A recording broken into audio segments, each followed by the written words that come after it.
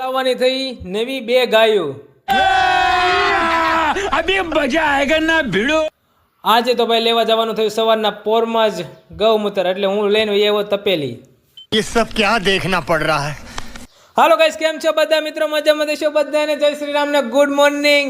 આપણે જવાનું છે દૂધ ભરવા માટે, એટલા માટે આપણા દૂધના કેન થઈ ગયા છે તૈયાર, અને હવે આપણે સીધા નીકળી જઈશું દૂધ ભરવા માટે. 250ની સ્પીડમાં કરી દીધી છે આપણે ગાડી, એટલા માટે આપણે આવી જાય સીધા રગાભાઈની પાસે દૂધ ખાલી કરીને આવી જાય જીમની અંદર. જીમની અંદર આવીને જોયું તો શું, અહીંયા તો કોઈ હતું નહીં, પણ આપણે આપણું વર્કઆઉટ એકલા પૂરું કરી લઈશું.